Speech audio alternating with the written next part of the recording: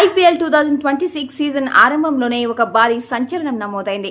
గత 14 ఏళ్లుగా ముంబై ఇండియన్స్ ను వెంటాడుతున్న ఆ చేదు జ్ఞాపకానికి తెరదించుతూ సాధారణంగా ఐపీఎల్ మొదటి మ్యాచ్ అంటే ముంబై ఓడిపోతుంది అనే సెంటిమెంట్ ను పక్కన పెట్టి కోల్కతా నైట్ రైడర్స్ పై ముంబై ఇండియన్స్ 6 వికెట్ల తేడాతో ఘన విజయం సాధించింది. అసలు ఈ మ్యాచ్ లో ఏం జరిగింది, ముంబై ఎలా గెలిచింది, ఆ వివరాలు ఇప్పుడు తెలుసుకుందాం.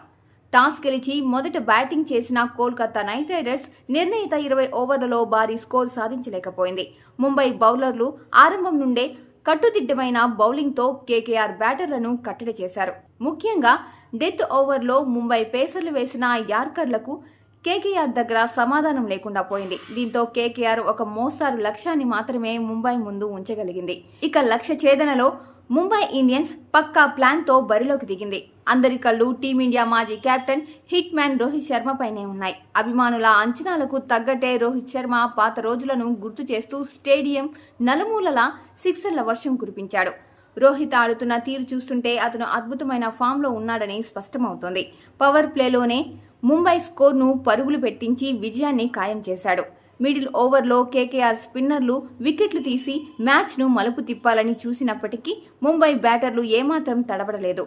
రోహిత్ ఇచ్చిన స్టార్టర్ను మిగిలిన ప్లేయర్లు చక్కగా ఉపయోగించుకున్నారు. చివరికి మరో 2 ఓవర్లు మిగిలి ఉండగానే 6 వికెట్ల తేడాతో ముంబై జయకేతనం ఎగరవేసింది. 2012 నుండి ఇప్పటి వరకు ముంబై తన మొదటి మ్యాచ్లో గెలవలేదు. కానీ 2026లో ఆ రికార్డును తిరగరాశారు. ఈ విజయంతో ముంబై ఇండియన్స్ పాయింట్ల పట్టికలో టాప్ ప్లేస్ వైపు దూసుకెళ్తోంది. మరి ఈ సీజన్లో రోహిత్ శర్మ ఇలాగే ఫామ్లో కొనసాగిస్తాడా? ముంబై 6సారి టైటిల్ కొడుతుందా?